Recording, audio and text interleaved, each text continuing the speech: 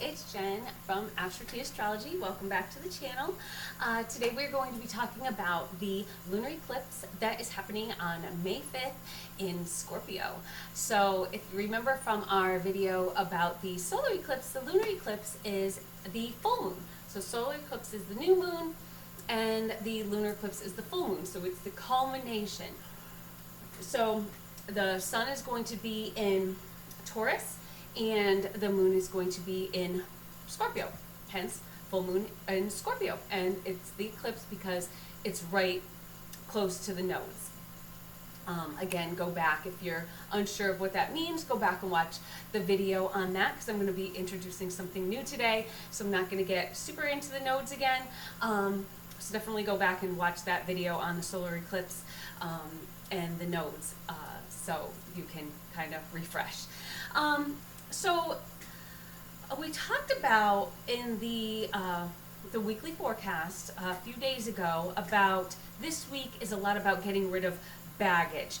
So during this cycle of this lunar cycle and this eclipse cycle, we're talking about getting rid of things that we might have brought in from the past. Some things that, you know, a lot of Chiron. So when we've got into what Chiron was, Chiron is those wounds that we have that we can't necessarily heal ourselves. And because of the aspects with that, it's going to be a lot of working through that this week. So we had the, it's about a 2.5 week cycle.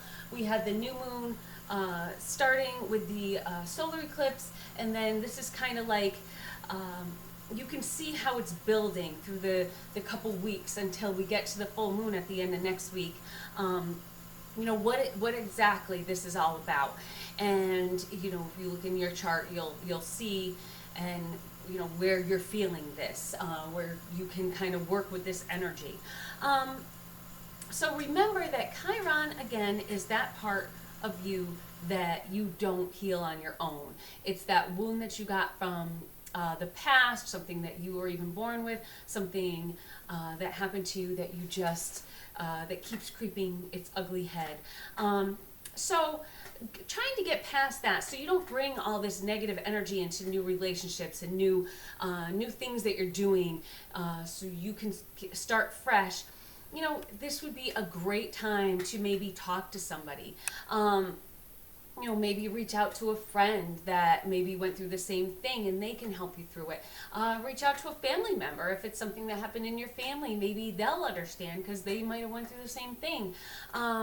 Or even if, you know, you don't feel comfortable with either of those, maybe even talk to a therapist. I know there's a lot of great online ones that you can go to, so you don't even have to see somebody in person. But if you are feeling that you need some help, you need some, you know, somebody to help you work through these feelings, it's a great week to do that. Really, any time is a great time to do that if you want to work through any negative feelings you have. But again, this is really kind of put it out this week with all the Chiron aspects and everything that we have going on. So on Monday, the 1st, we actually have Pluto that just moved into Aquarius going retrograde. So it's barely into Aquarius. I think it's at, when it finally goes and starts moving back, it's going to, I think the farthest it went in is about 0 degrees 22 minutes. So it's really not far in at all. We're going to get into kind of the retrogrades and what, you know, what we kind of have learned from this, the Pluto ingression into Aquarius and the Mercury retrograde. We're going to have a whole video on that in the weekly weather or the weekly forecast next week. So stay tuned for that. We'll be putting that one out Monday. But today we're really only talking about the eclipse because there's so much going on around it. So again, we have, you know, when Pluto goes retrograde, this all kind of goes along with all the feels that we have going on in these couple weeks with this solar eclipse and lunar eclipse cycle. Pluto is, it's, you know, especially going retrograde, it's encouraging us to confront our shadow side. Pluto's about going deep. It's, and when you think of even this lunar eclipse, Pluto is the modern ruler of Scorpio. So you think Pluto, Scorpio, they're very deep, they're very intense, you know, very deep feels. It's not just like that surface stuff. So it all kind of is flowing in this, like, we want to heal, we want to get rid of our baggage, we want to heal from it, and we want to have change. We want to, you know, Pluto also is about transition and transformation, not even transition, but transformation into something. So maybe it's you that you need to transform into a better you, to get rid of the old, to stop using those crutches from the past, and to start just kind of walking on your own. You know, don't relate everything to bad things that have happened in the past, because it might not have anything to do with what's happening now. So we have this, so what I'm going to introduce today is, so the sun and moon are going to be in, so whenever you have a, either a lunar eclipse, or if you want to just call it the full moon. So what you have is, and I can't find my moon, so what you have is an opposition. So we have the sun is in Taurus, and then we have the moon is in, I can get my strings here, and we have the moon in Scorpio. So they're opposite each other. So what we're going to talk about today, okay, I made my string a little bit long. So what we're going to talk about today is a new kind of entity that we're entering in. So this is going to be the black moon Lilith. So this, like the nodes that we spoke about, is a point on the chart. It's not on the chart, but it's not exactly it's kind of another, you know, a point. It's kind of the dark side of the moon, between somewhere you can't see. So it's things that you don't see. So when you think of Lilith, the dark moon, it brings out our inner, a lot of people call it our bad bitch, but I don't necessarily like that term. I don't think that because a woman exerts herself or is, you know, a rebel is exactly makes her a bitch. So I call it my inner badass or my inner rebel. So wherever this falls on your chart is, you know, we can kind of get into that. But right now, Lilith is in Leo. So if you see here, we have the 90 degrees to Taurus, and then we have 90 degrees to Scorpio. So she's sitting right here in the middle. So that's what we call a T-square. So it's an opposition, and then with a little leg on it. So it's a T, it forms a T. So again, getting a little more into it. So the Lilith is, again, our shadow side. She's about liberation. She's about rebellion. It's very Scorpio kind of feel to it. So again, you know, I thought I would really bring her into it because it goes a lot along with what this eclipse is bringing out. So, you know, we want to really bring out ourselves. We want to get rid of that, again, that's holding us back. Bring out your inner rebel and just take control. So, you know, when you get into Scorpio a little bit more with that. So we'll bring her in as we talk about this. So with the eclipse itself, now we have the Mars and Uranus sextile that happened on the 29th. So that, it was happening on the 29th, it's not the 29th yet. So with that, again, it's the pushing towards change. The Mars is, you know, about, you know, exerting, going towards, and, you know, going after what you want. And Uranus is about a quick change. So it's, you know, where Pluto is more of like a transformational, slow-moving change. Uranus is quick. It's a quick change. So you want to change your mentality. So by the end of this week, our mentality should be like, clicking. All right, you know what? I'm getting a hold of this. I'm done with this old stuff. And we're going to like start looking at the future instead. So when you think about Scorpio and Mars, they're very fiery. It's a very, it's a very intense feeling eclipse season. So there's really deep feelings going on here, especially, depending on where this falls in your chart. Scorpio is a fixed water sign. Now, the water signs are really the only sign that you can kind of almost, they are different because water can be different. So I always look at Cancer as just kind of water, just in its liquid form. You think of motherhood, you think of when a baby is in utero, it's in water. And Cancer is a very mothery type, nurturing kind of water sign.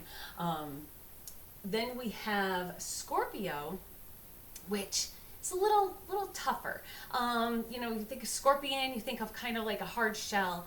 They have that shell on them. They kind of keep things in a little bit more. They're not the, what you think about the other water signs as being very emotional. So they're more, so that's the, liquid water. Scorpio is more of like the ice. They're kind of icy. And when you think about Scorpios, a lot of Scorpios, unfortunately, they get that reputation of being, the ice queen, or, she just, uses people for sex, and, because they're also a very sexual side, because they want to feel, they want deep feelings, and they want, so what can be a deeper feeling than that intensity that you have during sex? And if that gives them that feeling, that's, why a lot of, Scorpios kind of get that reputation. Not that there's anything wrong with that, don't get me wrong.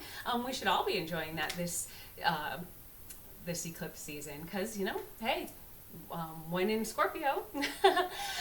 So then, when you think about the final water sign, you think of Pisces. The other of water is kind of vapor. So when you think of Pisces, you think of, almost that Neptunian kind of foggy, they like to be, there's no boundaries. Everything's kind of, very smoke and mirrors. So, you can kind of, get to know them by just the type of water that represents them. So I find it really kind of a fun way to think about it. So thinking of, that icy Scorpio in this, doing this T-square with Lilith. So Lilith, when you have a T-square, it's the third leg that is, so the one that squares them both, that's pretty much the focal point. So Lilith is, again, our dark moon.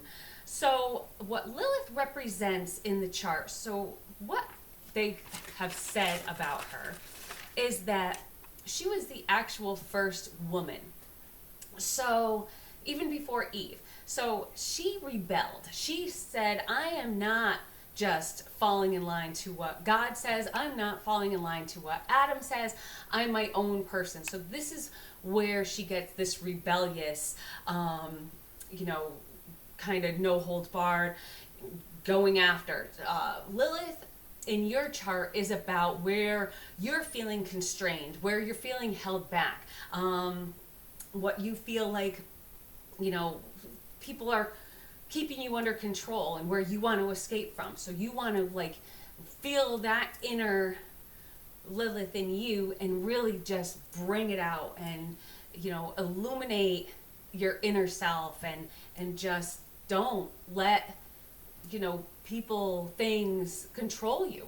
Plus, with Lilith in, it is a fixed sign, these are all the fixed signs, but it is in Leo. So Leos want to be the center of attention. This is the center of, the whole solar system. What everybody's, going around is the sun. So, bring yourself out. Put yourself in, the open. you really want to just put yourself out there, put those problems aside and just, don't control me. This is me. Like it or leave it. I am woman, hear me roar. So I love that mentality that's coming into this. It can be a little uncomfortable to kind of, let that part of you out. You've been stifling it a long time. If you think of, Scorpio's got that shell on it. So they don't let all that out. They don't let their emotions out. They kind of keep them down a little bit behind that shell. But, when you piss them off, they're going to sting. So I find it very, very fitting that this is going to be happening right before the lunar eclipse culminates next Friday.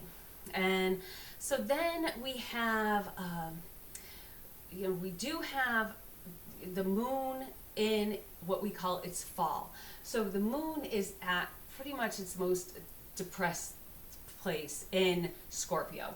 But we also have Mars, who is the ruler of Scorpio, in its most depressed place in Cancer.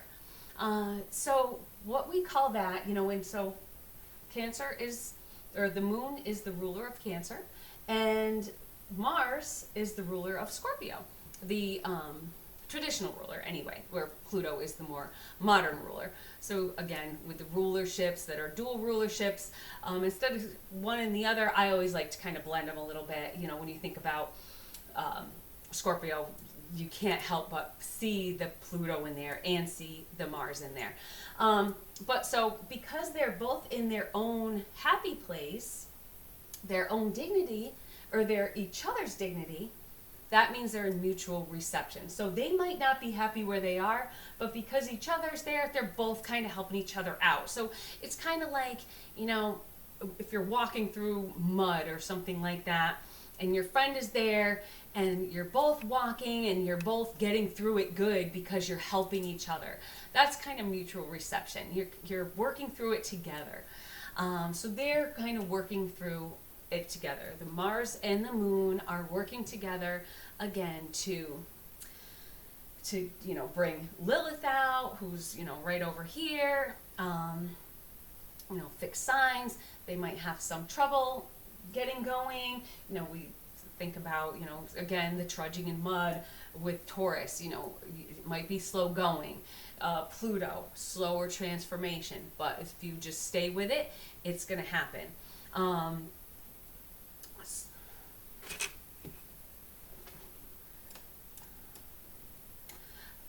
Sorry about that. I thought I wasn't actually taping, and I was like, oh shoot. So anyway, so we also have on the 5th, which is the day of the eclipse, we have Venus in a sextile with Jupiter. So Venus is in Gemini, right here, and then we have Jupiter in that sextile, and Jupiter's still in Aries. He's going to be moving soon into Taurus, but right now he's in Aries. So again, there's so much Marsy going on. Venus and Jupiter with Gemini, kind of like the two people together. Jupiter, like big feels, really blowing up that Marsy feeling, very sexual in feels this week. It's like, woo, it's making me hot in here. Very intense, very deep feelings. A lot of people might get swept away by this, but again, that baggage, you want to push that aside and just, if this is what you want to do for fun, then go ahead and do it. Don't worry about bringing all that excess baggage into it. Have some fun with your Venus, have some fun with your Jupiter. We also have a little separating square going on between Venus and Neptune.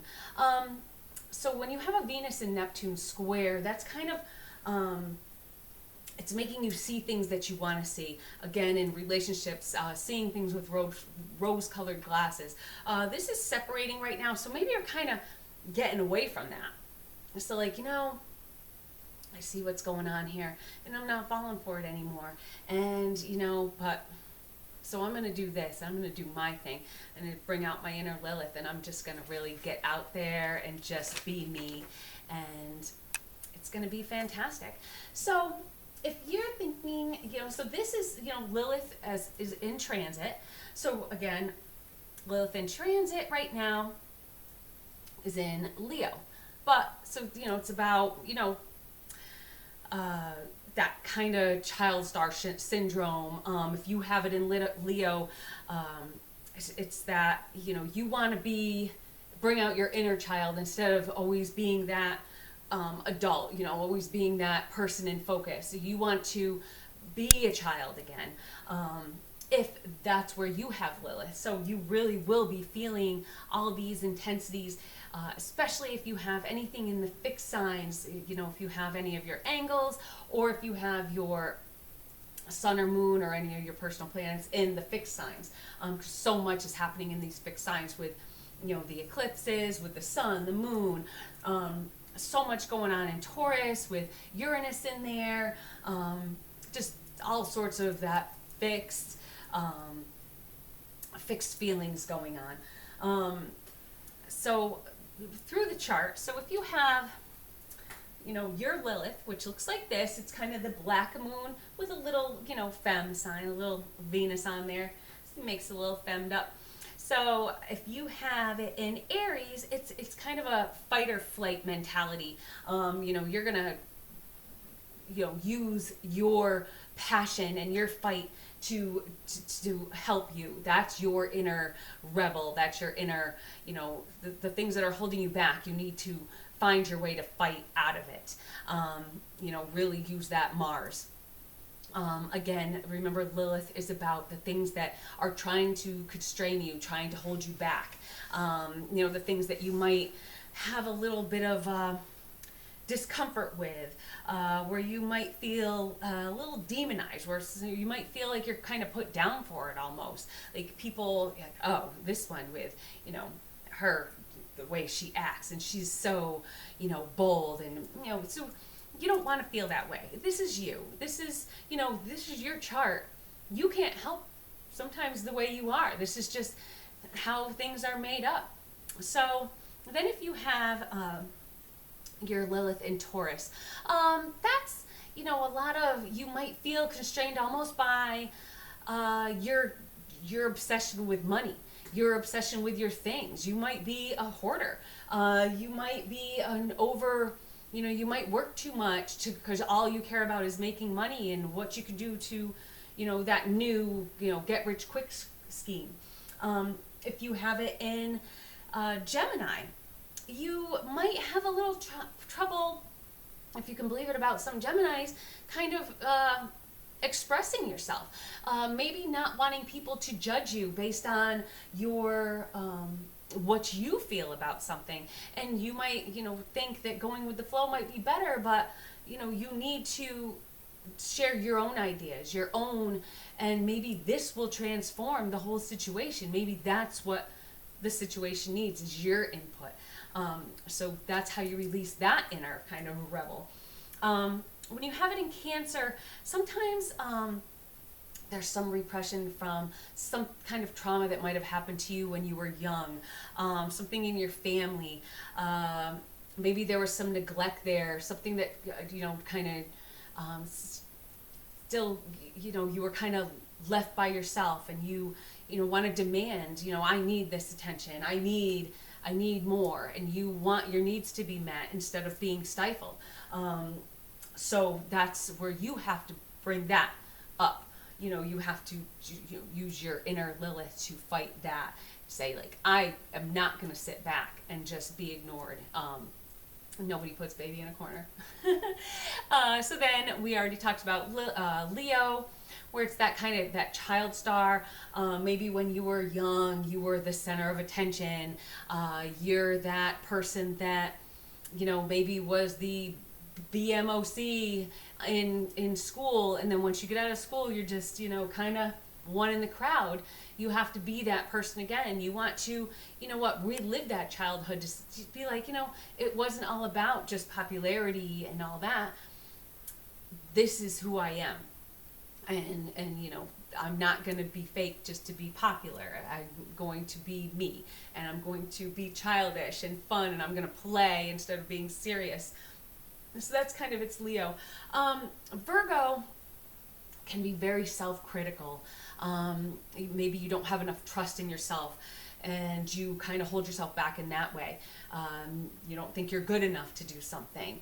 So if your Black Moon Lilith is in Virgo, you want to get over that. You want to, have more confidence in yourself. Then when we go into Libra, we have almost that chance of losing yourself when you go into a relationship, becoming more of just a partner instead of a single entity. It's like, you become that person. You become, them. People only look at you as a them instead of a, oh, there's Jen over there and there's her husband. No, it's like, oh, there's them. And, instead of just your own identity, you don't want to lose that. So with Lilith in there, you want to be your own person. Me and my husband, for instance, I'm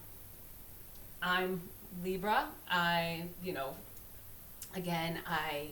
little different. I doing YouTube videos, I do astrology. He is a Capricorn, and he's very serious. He's a Capricorn sun, Virgo moon, Aries rising, so he is very particular and very serious. And so with me being a little bit different, it plays off each other pretty well. So you don't want that. I don't want to become that. I don't want to become that, just follow along with your partner. So I'm being myself, and that's what you want to do. Then when we have Lilith in Scorpio, again, there's that distrust from that early trauma, something a little bit deeper than just maybe the neglect you got here. Somebody hurt you. I don't even like to talk about it, but if somebody, maybe an older person in your life hurt you, you need to fight. You need to fight back.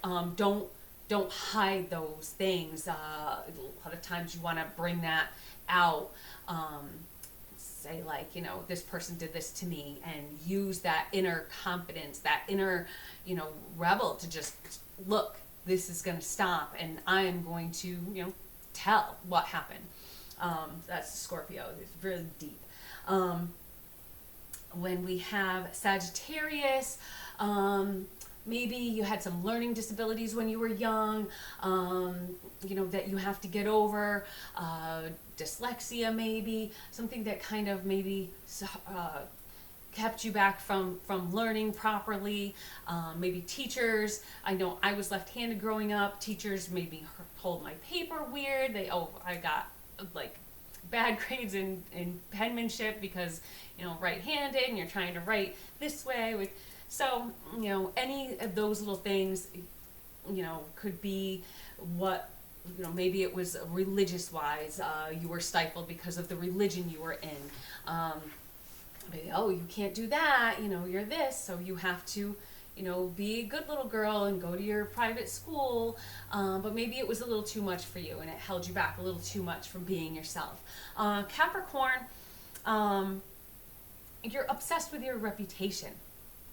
Again, wanting to be that BMOC, wanting to be that, I have to be the best, so I'm going to be the best at everything I do. I'm going to be the, I'm in accounting, I'm the best accountant, I'm going to have the, best reputation, I'm going to have commercials all over the place.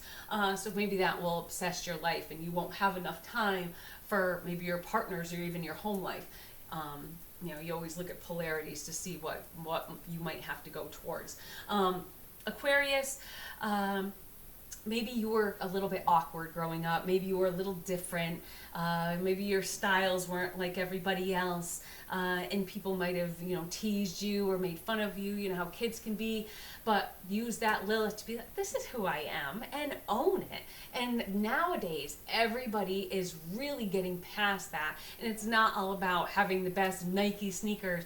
It's about being you. And even, it seems like kind of the quirkier and odd you are, the more attention you're getting nowadays. So it's kind of like it's flipped. Could be a little bit with the Pluto moving into Aquarius there. So, we'll see what happens as we get more into that.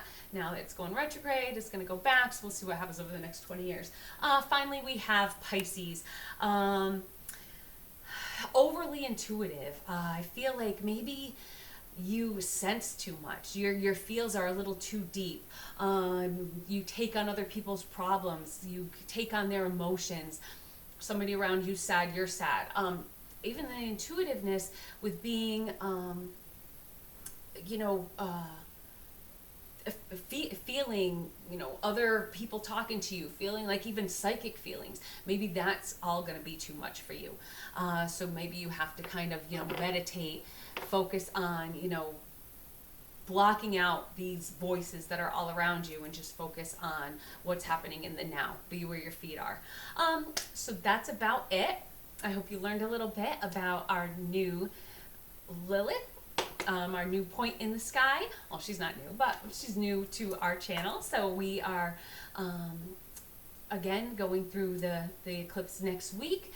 I hope you enjoyed this episode. So if you did, please like and subscribe so that you get updates on the new videos coming out, and hit the little bell so you'll be getting all the updates. I usually try and have a video come out on Sunday or Monday with the weekly forecast of what's going on during the week, and then on Thursdays to be a little deeper into something that's really big that's going on. So again, I hope you enjoyed this episode, and I will see you soon. Bye-bye.